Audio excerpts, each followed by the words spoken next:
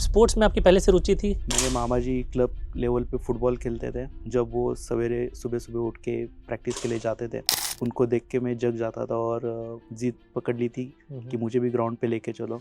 एक दो चार दिन के लिए मुझे प्रैक्टिस सेशन पे सुबह सुबह लेके गए।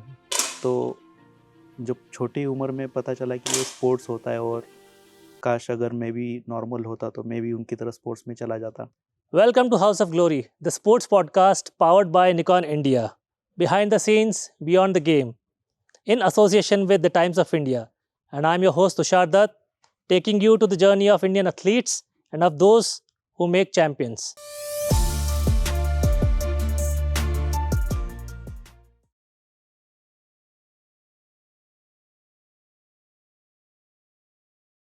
Welcome to the latest episode of House of Glory. Today we have Swaroop Unhalkar, parachuter, Tokyo Games participant and multiple World Cup medalist. स्वरूप, आपका बहुत बहुत स्वागत है। Thank you. नमस्कार। नमस्कार। कैसी रही आपकी जर्नी? 2008 से आप शूटिंग कर रहे हैं। कुछ बताइए, आपकी जर्नी के बारे में बताइए, कैसे शूटिंग की शुरुआत हुई और कैसे पेरिस तक की जर्नी आपकी रही है अभी तक?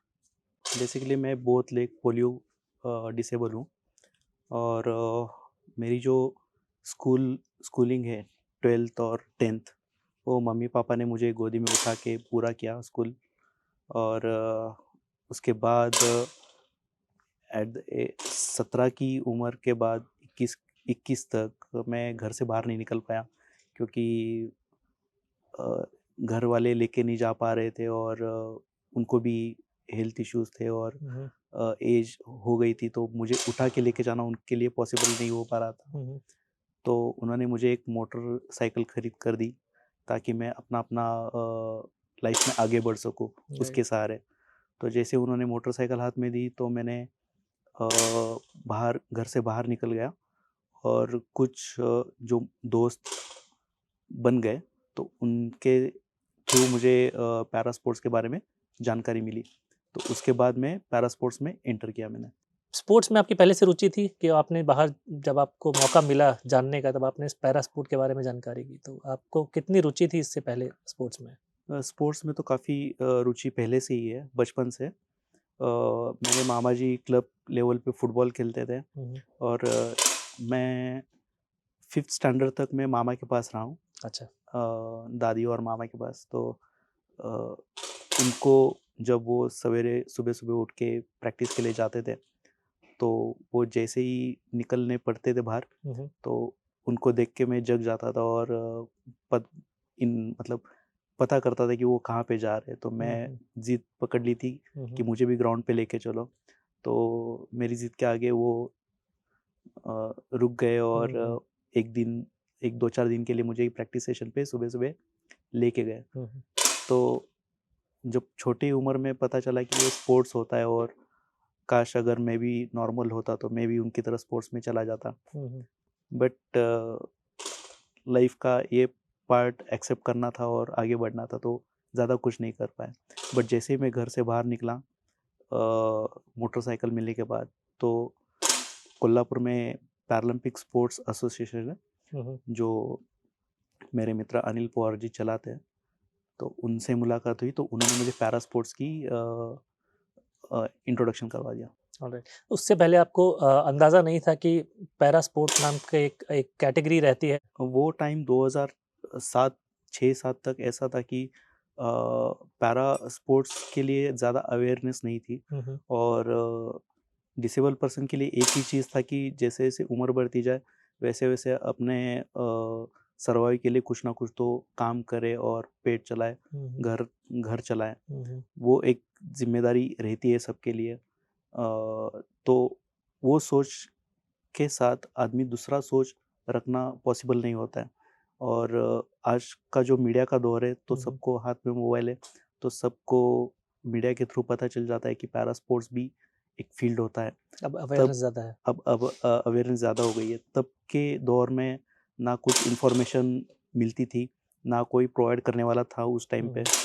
तो ज़्यादा इन्फॉर्मेशन नहीं मिलती थी। बट कुछ संगठनाएँ या फेडरेशंस या लोकल लेवल पे एसोसिएशंस थे जो पैरा स्पोर्ट्स के लिए काम करते थे।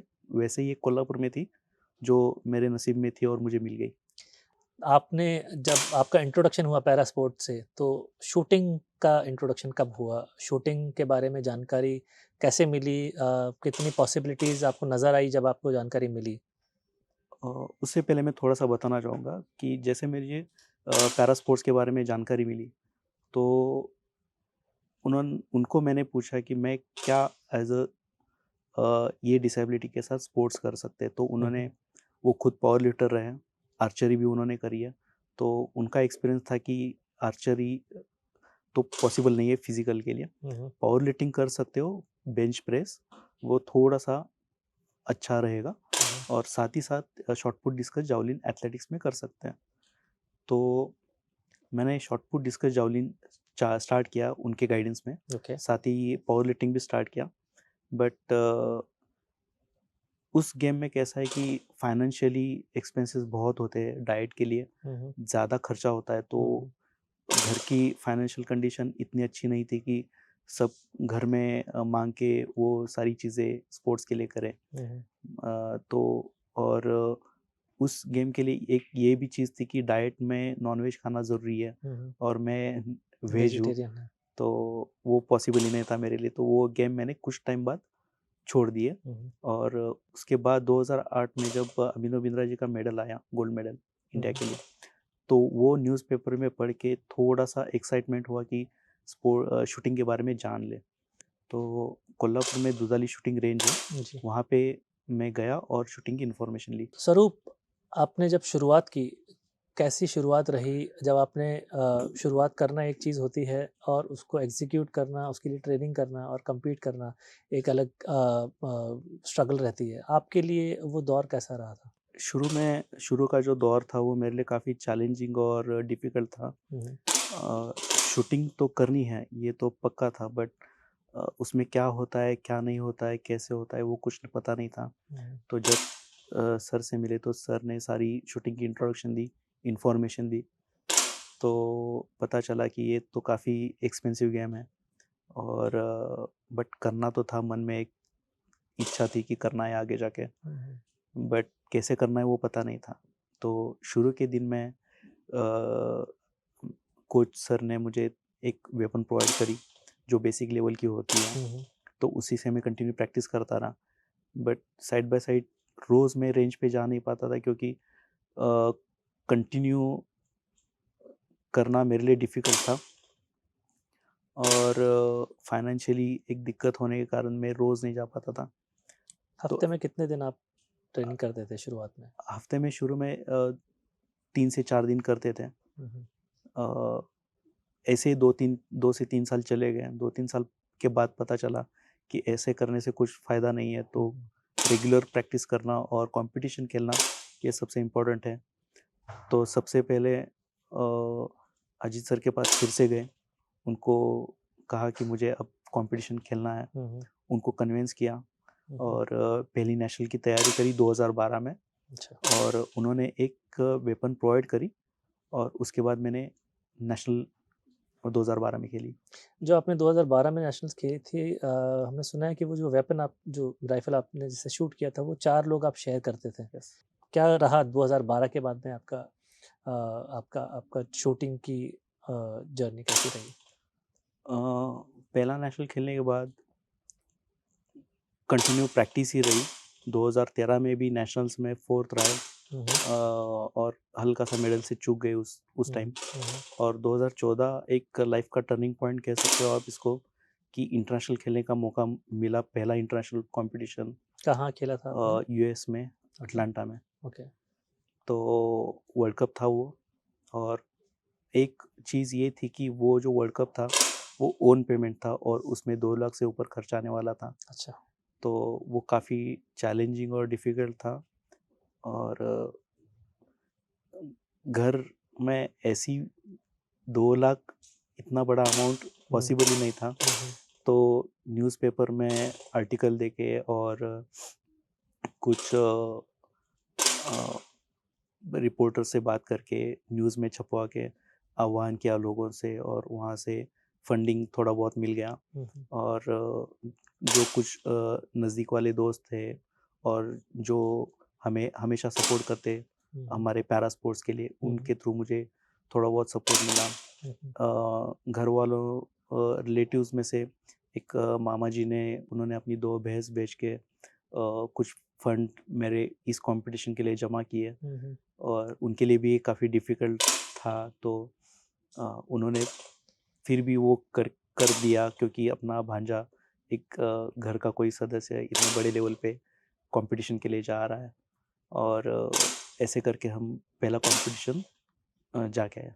इमोशनली आपके लिए काफ़ी ये बड़ा सपोर्ट होगा, आप के लिए काफ़ी इमोशनल मोमेंट भी होगा जब आपने बताया कि आपके मामा ने उनका सोर्स ऑफ इनकम जो रहती है, उसको उन्होंने बेचा आपके कंपटीशन में पार्टिसिपेशन के लिए।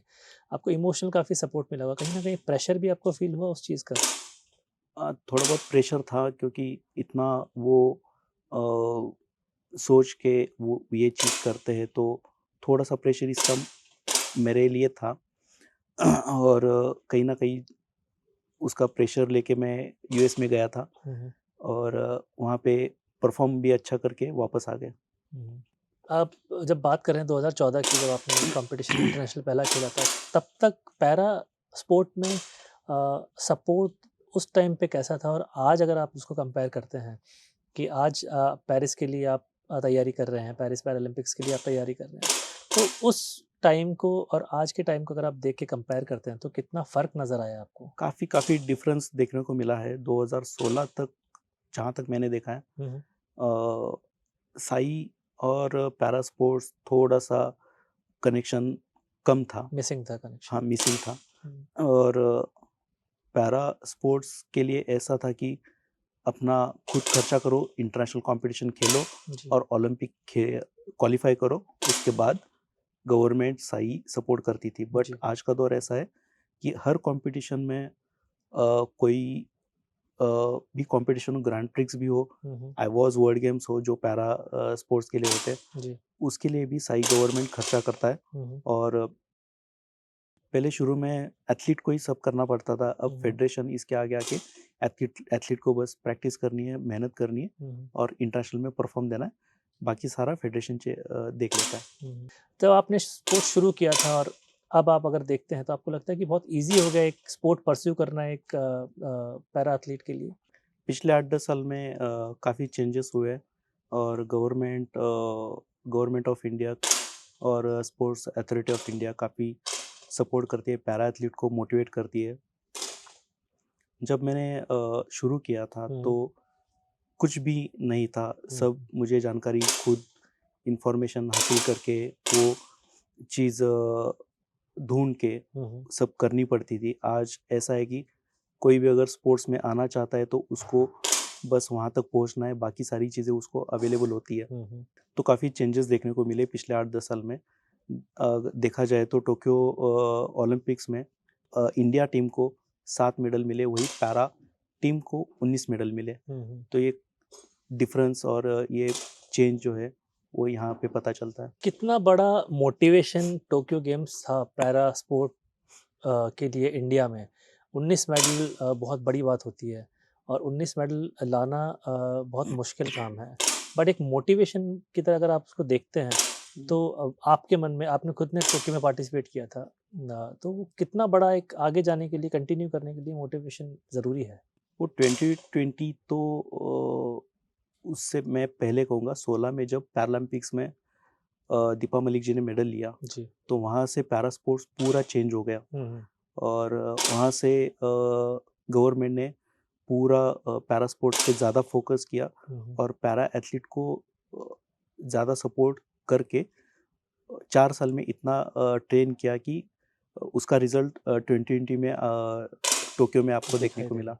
स्वरूप ये बताइए कि 2014 में आपने पहला इंटरनेशनल कंपटीशन खेला, उसके बाद में फाइनली आपको आपका खुद की राइफ़ल कब मिली और कैसे मिली? 2014 में पहला नेशनल खेलने के बाद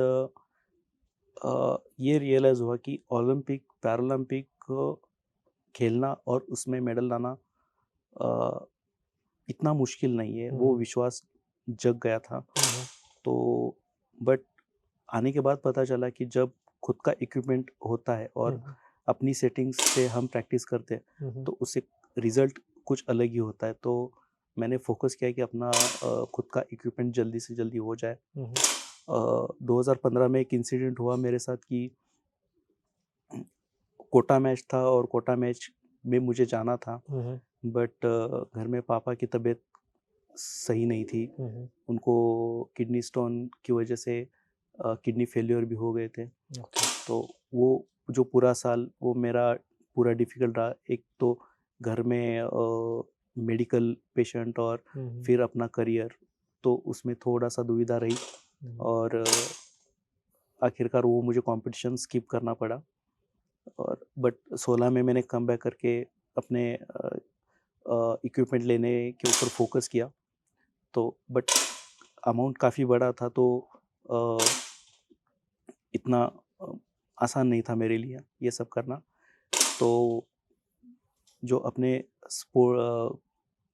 महाराष्ट्र गवर्नमेंट में जो मिनिस्टर है, उनसे मुलाकात हुई और उनको मैंने शूटिंग के बारे में बताया। तो उनके पास जाने के बाद पता चला कि वो पहले से ही शूटिंग के बारे में पॉजिटिव है और शूटिंग के बारे में बहुत नॉलेज रखते हैं। तो और शूटिंग के लिए उनका खासा लगाव है। तो और मैं भी शूटिंग करता हूँ, तो उनके मन में एक अलग भाव हो गए। तो और उन्होंने मुझे वेपन गिफ्ट करी उसके बाद।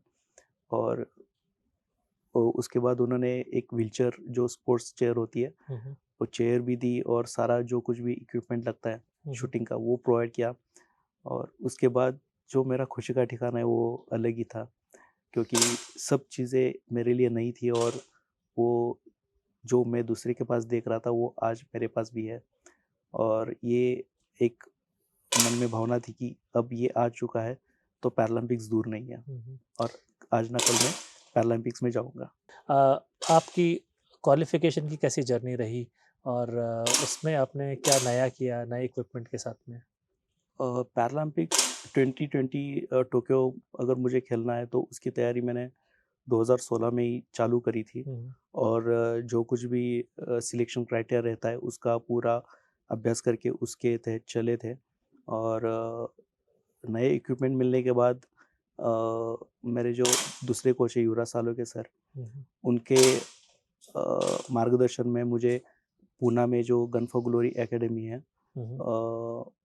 एकेडमी के जो चीफ है पवन सिंह सर, उनसे मुलाकात हुई।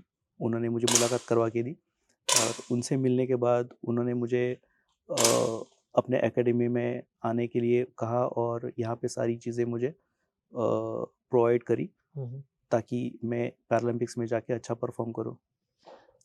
गन फॉर ग्लोरी एकेडमी में आने के बाद में आपने आपके टोक्यो की तैयारी शुरू की। क्वालिफिकेशन कहाँ हुआ आपका, कैसे हुआ? गन फॉर ग्लोरी एकेडमी मैंने 17 में ज्वाइन किया और 17 से लेके वहाँ तक उसके बाद मुझे काफ़ी अच्छी ट्रेनिंग यहाँ पे मिली। ओजुकी के साथ गन फॉर ग्लोरी ने मिलके एक प्रोजेक्ट लीप बनाया था और वो प्रोजेक्ट लीप बस 20 एज तक के बच्चों को ही लेते थे। बट पवन सर ने रिक्वेस्ट करके मुझे उसमें ऐड किया था और वहाँ पे मुझे फॉरेन ट्रेनिंग मिली। और 2 साल मैं प्रोजेक्ट लीप का हिस्सा रहा था। तो फॉरेन ट्रेनिंग का भी जो कोच यहाँ पे आते थे फॉरेन कोच, उनका भी मुझे काफ़ी अच्छा फ़ायदा हुआ और अच्छा परफॉर्म चल रहा था। और ऐसा ही परफॉर्म करते करते मैं सिडनी वर्ल्ड कप में चले गए थे। और सिडनी का वर्ल्ड कप एक कोटा मैच था और वहाँ पे भी 6-15 स्कोर के साथ मैंने कोटा हासिल किया। स्वरूप ये बताइए, मैंने बहुत एथलीट से सुना है कि आप चाहे वर्ल्ड चैम्पियनशिप खेल लीजिए, आप वर्ल्ड कप खेल लीजिए, आप कोई भी वर्ल्ड लेवल के टूर्नामेंट में पार्टिसिपेट कर लीजिए, ओलंपिक्स पैरालंपिक्स एक अलग ही माहौल दिखाता है। एक ऐसा माहौल दिखाता है जहाँ पे शायद एथलीट कहीं ना कहीं कुछ नर्वसनेस लेके जाते हैं। आपके साथ में कैसा हुआ था जब आप विलेज में पहुँचे, आपने माहौल देखा, आपने देखा होगा बहुत सारे पूरे वर्ल्ड के एथलीट्स वहाँ पे पार्टिसिपेट करने के लिए आए हैं। आपका क्या एक्सपीरियंस रहा था? थोड़ा उसके बारे में बताइए। एक्सपीरियंस काफ़ी अच्छा था और जो सपना मन में लेके जा रहे थे, आखिरकार पैरालंपिक्स में पहुंच गए थे। और घर में ऐसे ही 2010 में बैठे थे और कॉमनवेल्थ गेम्स जो दिल्ली में हुए थे वो उसका ओपनिंग सेरेमनी देख रहे थे। तो घर वालों को मैंने कहा था कि अगर मुझे मौका मिला तो एक दिन वो सेरेमनी मुझे उस टाइप की अटेंड करनी है। तो वो चांस मुझे मिल रहा था, तो एक्साइट थे, अच्छा लग रहा था, और वो माहौल मुझे पॉजिटिव एनर्जी दे रहा था। कंपटीशन वाइज कैसा रहा? आपने 4th फिनिश किया था टोक्यो में, बहुत छोटे मार्जिन से आपका मेडल टोक्यो में आने से रह गया था। उस फीलिंग को आप कैसे बताएंगे? कैसी फीलिंग रहती है मेडल मिस करना इतने बड़े प्लेटफॉर्म पे? लास्ट के 2-3 महीने में शूटिंग थोड़ा-सा कम करके मेंटल ट्रेनिंग पे थोड़ा ज़्यादा फोकस दिया था, और उसका फ़ायदा भी हुआ, क्योंकि मेंटल ट्रेनर का कहना था कि वहाँ पे जो एटमॉस्फेयर होता है, तो वो थोड़ा-सा डिस्टर्बिंग होता है, क्योंकि वो पहली बार जब आप देख रहे हो तो आपकी जो देखते हो तो थोड़ा-सा आपका दिमाग स्टेबल नहीं हो पाता है, तो थोड़ा मेंटल वर्क उसके लिए ज़्यादा किया था, ताकि मैं अपनी प्रोसेस पे टिका रहूँ और अपनी गेम के बारे में ज़्यादा सोचूँ। तो उसका फ़ायदा मुझे ये हुआ कि मैंने क्वालिफ़िकेशन भी अच्छे तरीके से कंप्लीट किया, और फाइनल्स में जाके ये एक्सपीरियंस किया कि मेंटल ट्रेनिंग का बहुत फ़ायदा वहाँ पे हुआ।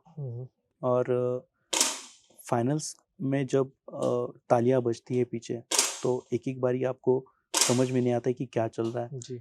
और बट मेंटल ट्रेनिंग का वजह से वो पूरा एक माया सोच जो है कॉम्प्रेस हो गई और प्रोसेस पे रुक गई, और मैं फाइनल अच्छे से खेलते चला गया।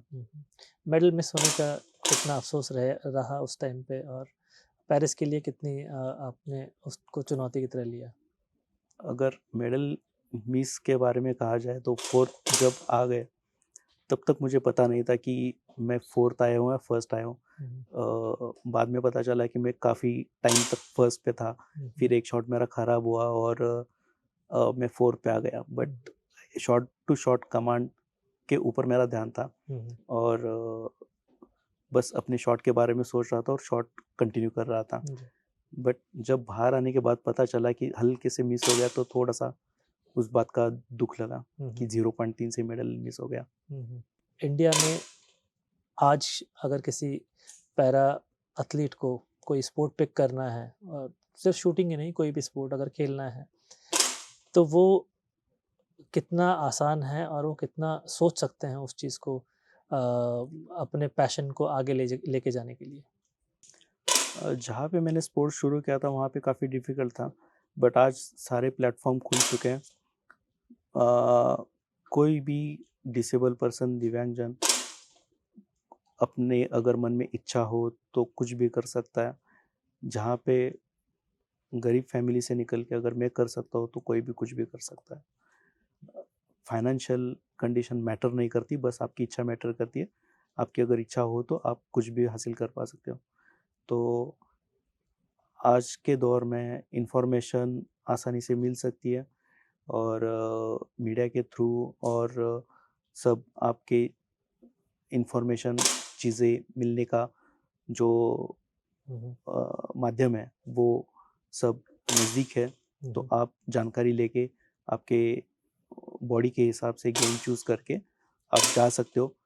पहले के दौर में एकेडमीज़ या कोई सिखाने वाला या कोच ऐसे आगे नहीं आते थे पैरा स्पोर्ट्स के लिए।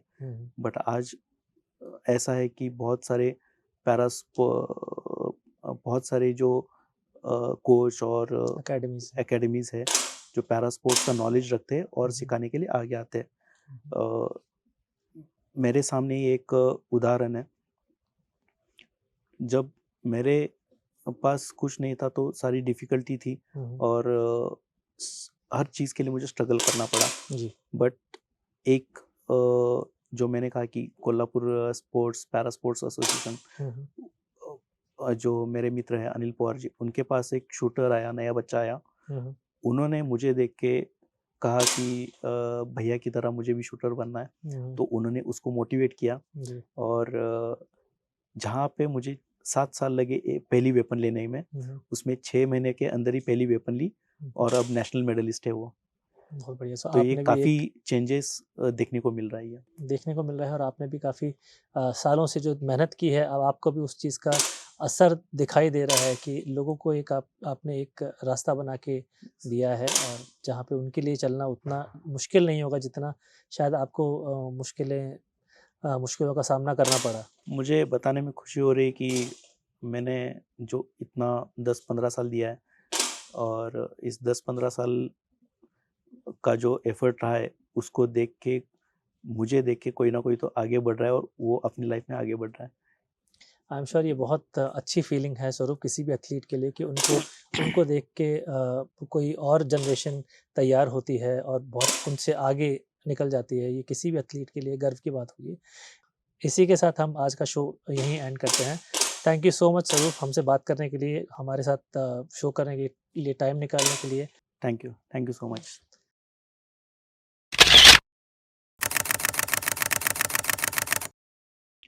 जब मेरे पास कुछ नहीं था तो सारी डिफ़िकल्टी थी और हर चीज़ के लिए मुझे स्ट्रगल करना पड़ा। जी। बट एक जो मैंने कहा कि Kolhapur sports para sports association, जो मेरे मित्र हैं अनिल पवार जी, उनके पास एक शूटर आया, नया बच्चा आया। उन्होंने मुझे देख के कहा कि भैया की तरह मुझे भी शूटर बनना है। तो उन्होंने उसको मोटिवेट किया जी। और जहाँ पे मुझे 7 साल लगे पहली वेपन लेने में, उसमें 6 महीने के अंदर ही पहली वेपन ली और अब नेशनल मेडलिस्ट है वो। बहुत बढ़िया। सो तो ये आपने भी काफ़ी एक चेंजेस देखने को मिल रहा है ये।